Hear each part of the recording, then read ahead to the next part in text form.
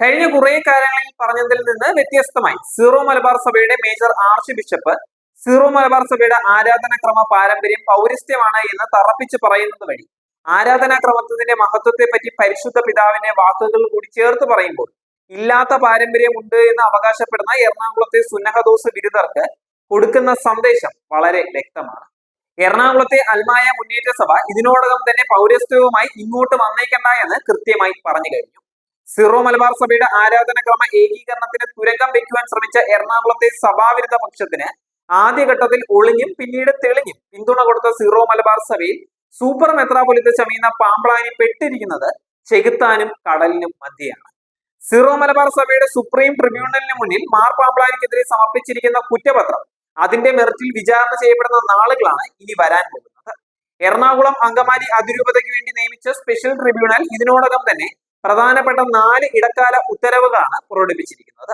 Zero Malabar സഭയുടെ major arch ബിഷപ്പും Ernakulam Angamaly അതിരൂപതയ്ക്ക് വേണ്ടിയുള്ള episcopal വികാരി ജനറലായ മാർ പാമ്പ്ളാനി ഗുരുതരമായ കുറ്റം ചെയ്തു എന്ന് കണ്ടെത്തിയിരിക്കുന്ന സ്പെഷ്യൽ ട്രിബ്യൂണൽ വിധി ഇരുതല വാളായി തലയ്ക്ക് മുകളിൽ നിൽക്കുകയാണ്. വിശുദ്ധ കുർബാനയെ അപമാനിച്ച എറണാകുളം അങ്കമാലി അതിരൂപതയിലെ സഭാവിരുദ്ധരായ വൈദികർക്കെതിരെയുള്ള നടപടികൾ പൂർത്തീകരിക്കണം എന്നുള്ള പൗരസ്ത്യ തിരുസംഘത്തിന്റെ ഉത്തരവ് തലയ്ക്കുമിതേ നിൽക്കുന്നുണ്ട് എന്നുള്ളതും സിനഡാനന്തര സർക്കുലറിന്റെ വരികൾക്കിടയിലൂടെ വായിച്ചെടുക്കാൻ പറ്റുന്നത് തന്നെയാണ്. എറണാകുളം സുന്നഹദോസ് ബിരുദ വൈദികരെ പ്രകോപിപ്പിക്കേണ്ട എന്നുള്ള ഉദ്ദേശത്തിൽ വിശുദ്ധ കുർബാനയ്ക്കെതിരെ നടന്ന അപമാനത്തെ സാമാന്യവൽക്കരിച്ചുകൊണ്ട് സഭയുടെ ചാൻസലറുടെ കുതന്ത്രങ്ങളിലൂടെ എഴുതിയെങ്കിലും വിശുദ്ധ കുർബാന അപമാനിക്കപ്പെട്ടിരിക്കുന്നു എന്നുള്ള തുറന്നു പറച്ചിൽ അതിന്റെ വ്യക്തമായ ലക്ഷണമാണ് കാണിക്കുന്നത്.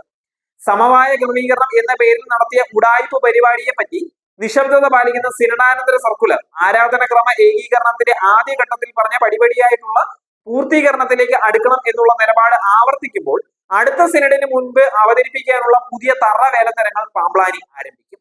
സീറോ മലബാർ സഭയുടെ സിനഡാനന്തര സർക്കുലർ നൽകുന്ന സന്ദേശം മാർ പാമ്പ്ളാനിക്ക് ഭയവും വിറയലും ഉണ്ടാക്കുന്നത് തന്നെയാണ്. അത് പുതിയ മെത്രാന്മാരെ ചാരി പ്രമുഖ മെത്രാൻ അവതരിപ്പിക്കുമ്പോൾ അപ്പാനെ ചാരി പോത്തിനെ വെട്ടിയ തന്ത്രമാണ് പ്രയോഗിച്ചത്. ഒരു വശത്ത് സഭയുടെ നിയമ സംവിധാനങ്ങളിലൂടെ അഥവാ വിവിധ ട്രിബ്യൂണലുകൾ ഉയർത്തുന്ന ഭീഷണിയും അതുക്കും മേലെ ഒരു സ്വയാധികാര സഭയിൽ ഞങ്ങൾ ഇങ്ങനെയൊക്കെ പ്രവർത്തിക്കുകയുള്ളൂ എന്ന് വീരവാദം മുഴക്കിക്കൊണ്ട് പൗരസ്ത്യ സഭകളുടെ കാനൂനുകളെ വക്രീകരിക്കുവാൻ ശ്രമിക്കുമ്പോഴും ആഗോള കത്തോലിക്ക സഭാ കൂട്ടായ്മയുടെ ഭാഗമായ സീറോ മലബാർ സഭയിലെ സൂപ്പർ മെത്രാപൊലിത്ത ചമയുന്ന മാർ പാമ്പ്ളാനിയുടെ പ്രവർത്തനങ്ങളെ പൗരസ്ത്യ തിരുസംഘവും പരിശുദ്ധ സിംഹാസനവും ഗൗരവത്തോടെ വീക്ഷിക്കുന്നു എന്നത് രണ്ടാം അക്വിനോസ് മറ്റാരേക്കാളും വളരെ കൃത്യമായി അറിയാം.